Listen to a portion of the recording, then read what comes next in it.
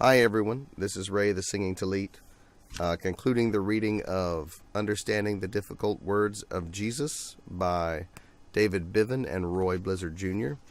We are concluding with Chapter 8 now. Theological error due to mistranslation.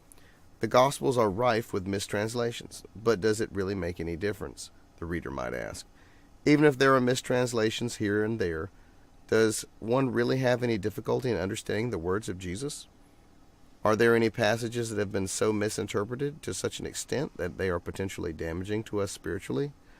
Unfortunately, the answer is yes. In fact, had the church been provided with a proper Hebraic understanding of the words of Jesus, most theological problems and controversies would have never arisen in the first place. In the preceding chapters, we have given examples of numerous mistranslations in the Gospels. Many we have seen go beyond simple mistranslation and adversely affect our theology. We noted, for instance, in pages 88 through 91 that the kingdom of heaven is not futuristic, but rather a present reality wherever God is ruling. One easily gets the impression from the Greek text that although the kingdom is near, it is not yet arrived. However, when one is able to put passages dealing with the kingdom of heaven back into a Hebrew context, it is immediately obvious that the kingdom has already arrived and that it is there, almost the exact opposite of the Greek meaning, which would be obvious to somebody at the time when Yeshua would be teaching his disciples and he's telling them things like, if you want to be a part of the kingdom of heaven, you must do this. The kingdom of heaven comes into existence when people obey the law of God. A kingdom is defined by its laws. If people refuse to obey the law, then they can't expect the kingdom to exist. The additional examples of mistranslation presented in the appendix, beginning on page 119, the last, 60, 70 pages of this book is the appendixes, and I may actually read some of those. The additional examples of mistranslation presented in the appendix, beginning on page 119, will show, among other things, that a proper Hebraic understanding of the Gospels does away with the notion suggested by more than one scholar that Jesus never believed he was the Messiah and never openly declared himself to be the Messiah. We will see, for instance, that Jesus applied to himself the title green tree. This was a rabbinic way of saying, I am the Messiah. It was a reference to the Old Testament passage which mentions green tree, an expression interpreted by the rabbis in Jesus' day as a messianic title. Again and again, Jesus claimed to be the Messiah by applying to himself such messianic titles as a green tree. He did not come right out and say, oh, I am the Messiah, because in Hebrew there are far more powerful ways of making that claim. It is our hope to treat other mistranslations in a sequel to this book. Some of these may appear to be important only as a further proof that the original life story of Jesus was written in Hebrew.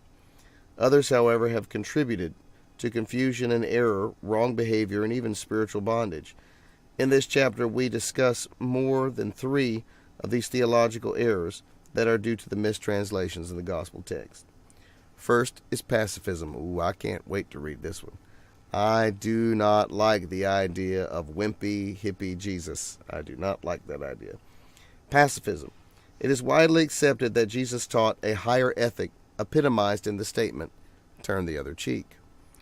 This has led to the belief that when one is attacked, one should not injure or kill to defend yourself, family, or country. The idea that pacifism was a part of the teaching of Jesus was popularized by the writings of Tolstoy. Pacifism, however, is not today, nor ever it was, a part of Jewish belief. The Jewish position is summed up to the Talmudic dictum, quote, if someone comes to kill you, anticipate him and kill him first. That's from Sanhedrin 72a. In other words, it is permissible to kill in order to defend oneself. Can it be, then, that Jesus was the first and the only Jew to teach pacifism? It's very unlikely.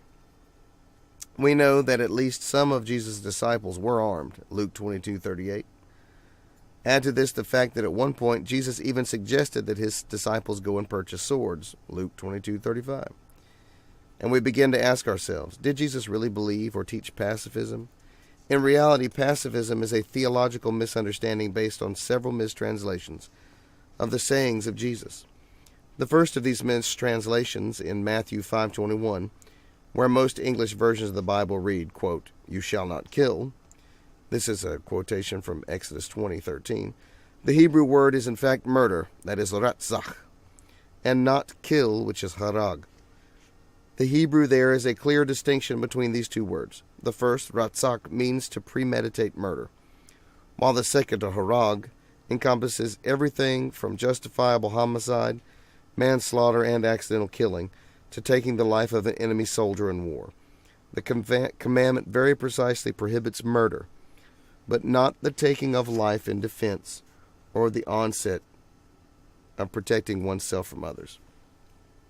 It is difficult to explain to English translators how this mistake was made, since the Greek language also has a separate word for murder and kill.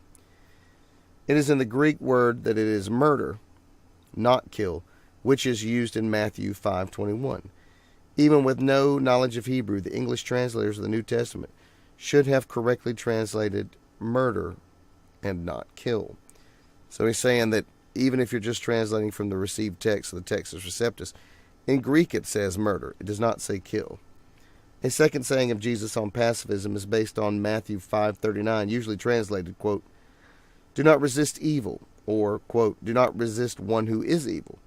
Could Jesus possibly have said this to his disciples? If he did, his statement contradicts other scriptures such as hate what is evil, Romans 12, and resist the devil, James 4:7. Again, Hebrew provides the answer.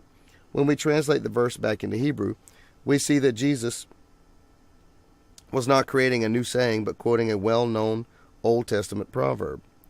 This proverb appears with slight variations from Psalm 37:1 and 8 and Proverbs 24:19. The modern English would translate this maxim to be, "Don't compete with evildoers." In other words, do not try to revile or vie with a neighbor who has wronged you. Jesus is not teaching that one should lie down in the face of evil and submit to it. Rather, he is teaching that we should forego trying to get back at or to take revenge on a quarrelsome neighbor.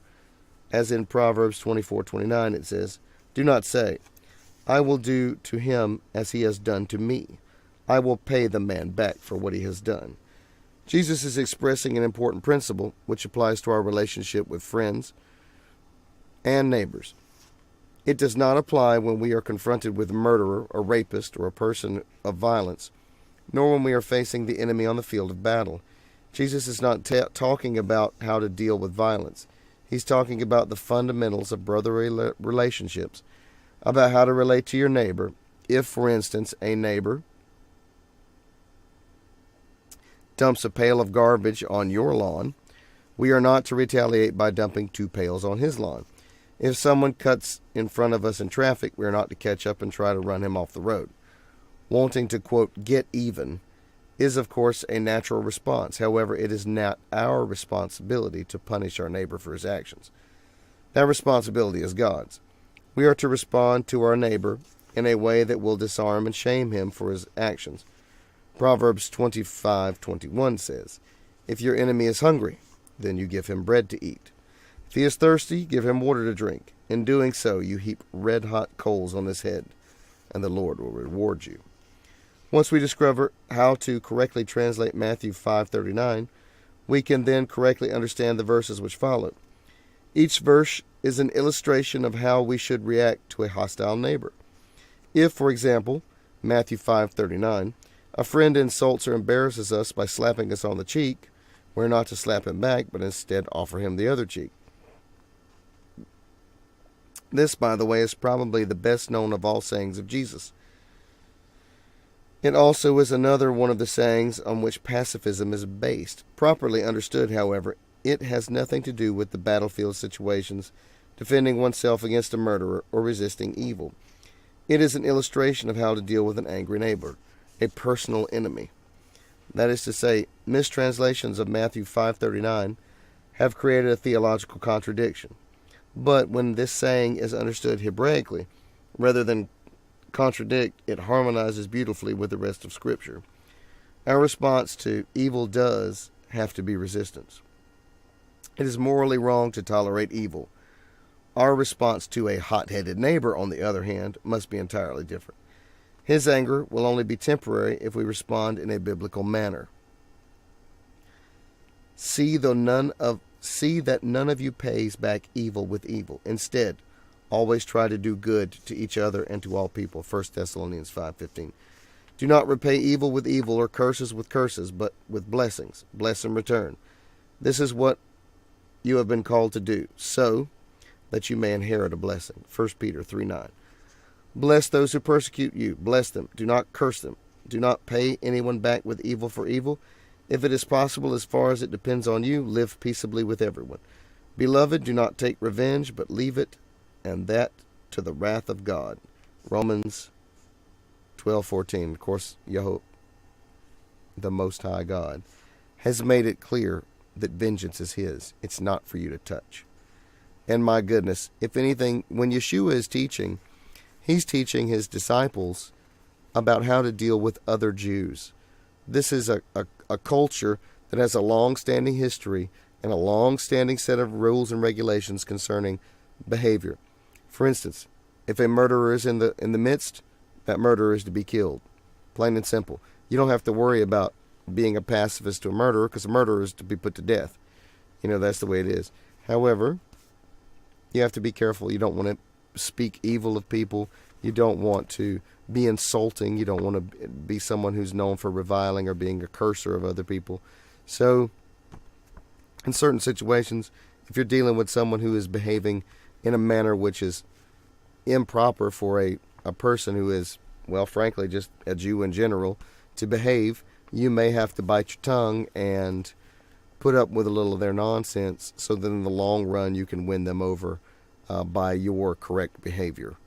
Because, frankly, even if someone's a hothead, if everybody else around them knows how to keep their mouth shut and just ends up staring at them when they start acting crazy, they'll quit acting crazy.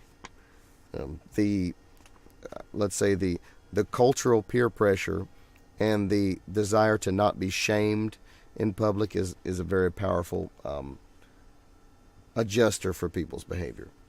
The responsibility of a godly person is to diffuse a potentially divisive situation by turning away wrath. We are not to seek revenge. And by the way, a good way to turn away wrath is to give a present to a person.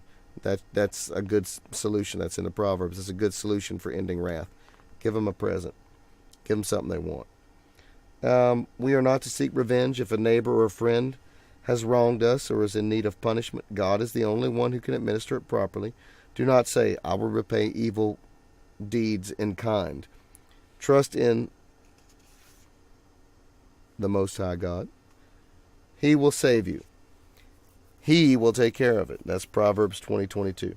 Our responsibility is not to react, not to respond in kind, to be belligerent to our neighbor. We are not to be overcome by evil, but to overcome evil with good. Romans 12:21. Second point, giving without discernment. All of us occasionally approached by someone with a request for financial or material aid. The request may come from a neighbor, a member of our intimate family, or even from a complete stranger. Usually we grant the request.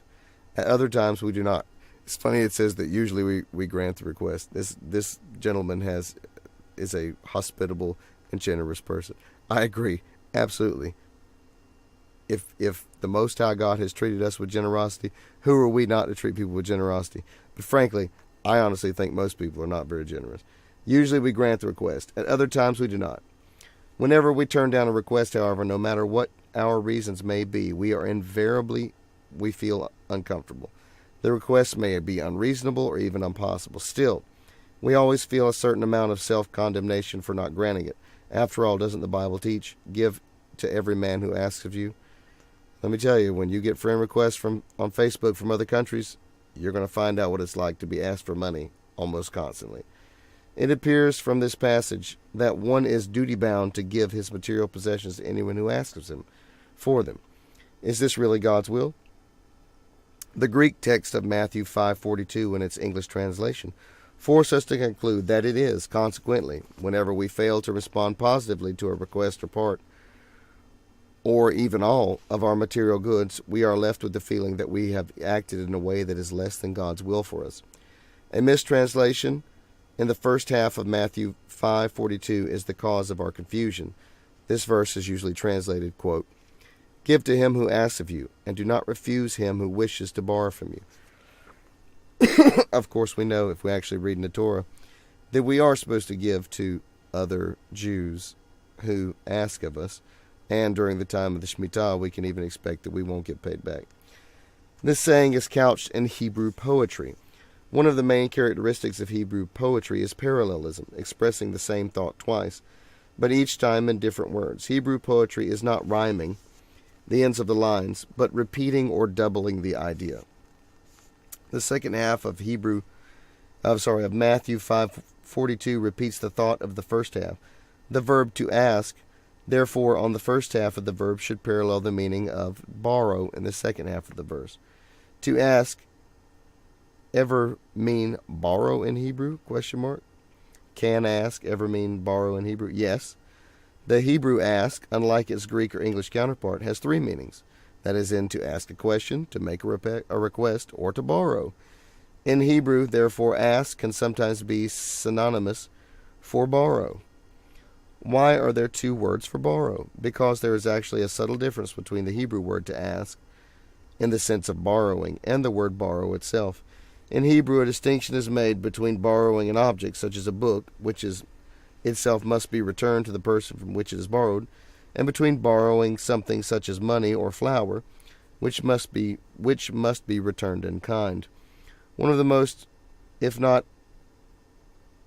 is not actually returning the same flour, but the same amount.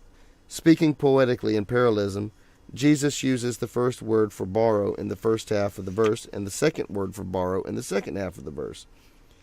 Matthew 5:42 is actually one further illustration of Matthew 5:39. Do not try to, quote, get even with a neighbor or to take revenge on a quarrelsome neighbor. Would this be a refusal to extend to him a loan? Jesus states this in typical Hebraic poetry fashion. Ask in the first half of this verse is parallel to borrow in the second half of the verse, and the meaning is the same. In a beautiful Hebrew way, Jesus says, "Give to him who asks of you, and do not refuse him who wishes to borrow from you." Definitely misleading in English, but the Hebrew, it is elegant and it is perfectly clear. Once we put this verse back into Hebrew, it is no longer that we see that it provides any justification for giving without a spiritual discernment or wisdom. The saying is not about giving at all, but again, about how one should react to a hostile neighbor. Certainly generosity is taught in the Bible as well as helping the poor and the needy and the elderly. However, we are not commanded to turn over our possessions to anyone who might ask for them. We are admonished to be good stewards of what God has entrusted to us. Compare, for instance, the parable of the talents in Matthew 25:14. One is not foolishly disposed of his possessions, nor is he to give without God's leading in the giving. I don't know. There's a lot of situations. A lady walked by me, and I was sitting at a table outside of a coffee shop a week or so ago, and she couldn't speak. I mean, I'm sure she was a drug addict, but she didn't even have any teeth, and apparently she was mute. And she asked with hand gestures for some money for to be able to get ice cream at the coffee shop. And I just reached in my back pocket and handed her a $20 bill I had in my back pocket. To her, that was a great blessing. To me, my father's got the cattle on 1,000 hills. Who am I to withhold, basically nothing from somebody?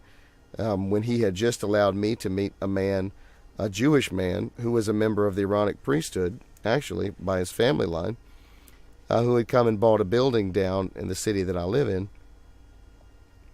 and who had just basically offered me a contract to go and participate in installing all the networking equipment there. And, who was I to, not just to hand this lady a $20 bill who obviously needs help. I mean, there's no doubt about it. Anywho, though, his last point. The theology of martyrdom. A mistranslation of the 8th beatitude may also be the cause of erroneous theology. Matthew 5:10 reads, "Blessed are those which are persecuted for righteousness' sake, for theirs is the kingdom of heaven." Again, he's not talking about Roman persecution. He's talking about dealing with Pharisees that don't like the way you interpret things. On the basis of this translation, one would quite naturally assume that there is some religious merit in being persecuted for the sake of the kingdom of God. Early in the 2nd century, this idea developed and found its fruition in the martyrdom of millions during the years of 10 severe persecutions until the Edict of Toleration by Constantine in 311. I'd like to point out that while Christians were being executed in the Colosseum, Jews weren't. Jews were keeping to themselves and minding their own business and working with the Roman government and staying out of Jerusalem. It was Christians who were the upstarts who were the ones who were getting executed, mostly. The idea of gaining religious merit through suffering and persecution or through martyrdom has continued in the theological consciousness of the ecclesiastical church to the present day. Is this really what Jesus is referring to in Matthew 5:10? Does Jesus mean that righteous merit can be obtained by suffering persecution? Are we to seek persecution? No. The 8th Beatitude should be translated, and he says here, "How blessed are those who pursue righteousness, for of these is the kingdom of heaven." Naturally. Because if you really pursue righteousness, then you're following the teachings of your rabbi. And guess what? All rabbis don't agree about everything, so you may have to deal with some of the other rabbis telling you you're doing it the wrong way. For instance, when Yeshua was with his disciples, they said, "Why don't you keep the tradition of the elders that you should wash your hands before you eat?" And even though I'm sure Yeshua kept a great deal of what was in the Mishnah or the Oral Torah, this particular point he did not, and he gave his reason. He said because basically cleaning your hands had nothing to do with the purity of a person, even though they tried to proclaim that it did. Let's see. There are actually 4 mistranslations in this one verse. We should not translate persecute, but pursue. Secondly, righteousness is an unfortunate translation in English. Salvation or redemption would be more accurate. Thirdly, theirs also leaves the wrong impression. We do not possess the kingdom. The correct translation would be of these or such as these, as in Luke 18:16. Let the children come to me and do not prevent them, for of these is such is the kingdom of God. Fourthly, the kingdom of heaven is not a futuristic thing as it is often understood. In the 8th Beatitude, Jesus is not discussing persecution at all. He is describing people whose chief desire is for God to redeem the world. And of course, how is that going to happen? By people obeying the commandments, thus creating the kingdom of heaven on the earth. What did Yeshua say? Our Father who is in heaven, hallowed be thy name. Thy kingdom come, thy will be done on earth. That's where we are, as it is in heaven, which is God's throne is. So our job is to bring that order down to the earth. It's not to bring us up into heaven. It's to bring heaven down to the earth. And that's how the kingdom of God is brought about on the earth, by people obeying his commandments. All right. In the 8th Beatitude, Jesus is not discussing persecution at all. The Beatitudes are a description of the kind of people who make up the kingdom of heaven. This Beatitude, like others, characterizes the kingdom man, who wants above all else for God to rule in the life of every person. Again, how does he rule in the life of every person? They have to follow his law. How is it going to happen in the future? With a rod of iron, which means you ain't going to see hippie Jesus running around kissing everybody and telling me he loves them. No, with a rod of iron, the law of God will be administered. And if you defy it, you will pay the price. The 8th Beatitude echoes the 4th Beatitude, which speaks of those who hunger and thirst, that is to say, desire as what is necessary for their life to exist, righteousness. In other words, for God to save the lost. It also echoes in Matthew 6:33, in which Jesus says that we are to, quote, seek first, that is to say, desire above all else, his righteousness or his salvation. And of course, what is salvation? In the sense of being sozo, it is to be protected from the enemy.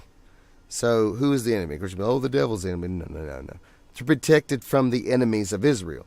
So all those kingdoms and who want to destroy, Israel and Egypt would come in and try. Syria would come, Babylon would come. All these different kingdoms came in at different times. The Romans come. Whoever it may be, if you're seeking his salvation, he will protect you from those things because you are obeying what he has given for you to do. I guess I'd say, if you're a servant of the Most High, then he'll give you a job to do. And unfortunately for some people, that job will actually be to be put into the lion's den for the purpose of him receiving his glory. I do not want to be put in the lion's den, by the way. Let's see. The Son of Man saving the lost was Jesus' number one priority. He said, the Son of Man has come to seek and to save the lost. And he also said he came to the lost sheep of Israel. That's Luke 19:10 and Matthew 5:10. Jesus is again emphasizing that the kind of people who make up the kingdom of God are those who want more than anything else to see God save the lost, those who pray, thy kingdom come, an exhortation, which means the rule of God over more and more individuals, naturally. How could pursue be confused with persecute? If anyone knows Hebrew, well, I understand, to be persecuted as in a court. They're pursuing a certain charge against you, right? So this is probably in Old English, really, more than anything else. If anyone knows Hebrew, he can easily understand how this happened.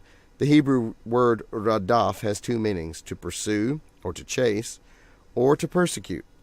It would make no sense, for instance, for me to translate Isaiah 51:1 as, quote, listen to me, you who persecute righteousness. The context forces us to translate it as, you who pursue righteousness. This double meaning of radaf caused it to be mistranslated in Matthew 5:10. However, if we say Matthew 5:10 has nothing to do with persecution, then how these next two verses actually come into it, which do mention persecution, and how can we explain it? Quote, blessed are you when you are reproached and persecuted and slandered for my sake. Rejoice and be glad, for your reward is great in the kingdom. In the same way the prophets of old were persecuted. Again, this is about a rabbi talking about how the other rabbis are going to persecute the disciples for what they consider to be inappropriate understanding of halakha, because Yeshua is teaching his Haggadah, and then he's teaching halakha. And some of the other guys are not going to like the way he does it. That's just, when you got two Jews in a room, you got 30 opinions. There are those who are going to persecute his disciples and say, you're doing it wrong. But that's just the way things were when everybody's got their favorite rabbi and everybody's got their own little rabbi clique. Is a reward for persecution not promised here? When we look closely at the text, we notice a sudden shift in the pronoun. Verses 11 and 12 from the third person, they, theirs, to the second person, you and yours. This is a clear indication that these verses were not originally a part of Jesus' Sermon on the Mount, but more a part of another context or story. They were probably placed after Matthew 5:10 by the editor of the topically arranged Greek text, because of the word persecution, which appears in both passages. Actually, Matthew 5:11 and 12 does not deal with the same theme as Matthew 5:10. Compare the parts of the Mary and Martha story from page 98, which today are separated from their original context. These two verses were no doubt given in context of Jesus' post-resurrection teaching to his disciples. During that 40-day period, Jesus prepared and trained his disciples for what lay ahead. Jesus knew that because he had died a criminal's death, his disciples would be treated with suspicion and contempt. He realized that they would face antagonism and ostracism. In Matthew 5:11 through 12, Jesus speaks to his disciples about persecution. He does promise a reward to those who suffer merely because they are his disciples. Yet even here, Jesus was not urging his disciples to go looking for persecution or martyrdom to gain a heavenly reward. He was speaking about what the attitude of the disciples should be when they are cursed or slandered by their fellow countrymen. They were not to be discouraged, but rather to rejoice in the realization that their predecessors, the prophets, had also faced the same kind of persecution, which is true. Isaiah was sawn in half by King Manasseh. Typically, to be a prophet was to be in a mixed kind of a bag position. People were usually scared to death of prophets because when a prophet came to town, they'd rain down fire and brimstone on people that in cities that made mistakes. When Elijah showed up, 500 priests of Baal got chopped up and killed. Civil war erupted. All kind of stuff happened when a prophet came and got involved with what was happening. A prophet only comes when God's got something real important to say, and he's planning to lay the hammer down on somebody. Let us repeat the question that was asked to begin with at the beginning of this chapter. Quote, are the many mistranslations we find in the Gospels really that important? We believe the answer to be an emphatic yes. We are concerned about all mistranslations and misunderstandings of the Bible, regardless of how insignificant they might seem to be. If the Bible is God's communication of himself to us, and if we believe it is, then knowing what he said has to be of supreme importance. Every communication of God is important. We are not willing that any, no matter how seemingly insignificant, should go misunderstood. If we have at our disposal the tools to understand, today, happily, those tools are available to us. As a result of the archaeological discoveries and the textual studies of the past 35 years, we are now able to understand the Bible, and especially the words of Jesus, as never before in the last 1900 years. With these tools now available, no effort should be spared in correcting every misinterpretation and mistranslation, and in clarifying every misinterpretation of this inspired text. I agree completely. The biggest thing everybody's got to do is take a step back and say, you know what, maybe I don't understand what it actually means. When you encounter something that seems to be contradictory, or maybe you've had a long-standing belief or a long-standing way of looking at what's being said, and then suddenly you catch. Because when you actually read through the word, over and over and over again, you'll keep noticing things keep coming up that you never noticed them before. I've read through the Torah 7 times. I've been through the Torah cycle 7 times, and it seems like every time something would be different than it was before. Like I was absolutely sure I had nailed down some concept or something that made perfect sense. And then I'd read back to the same place again, and suddenly I'd be like, why is that so much different than it was last time? I could have sworn it said this. And, for all I know, the thing is changing on me. The ultimate Mandela effect. The Bible keeps changing, and it keeps forcing me to grow and to learn more with it. Sometimes it really feels that way.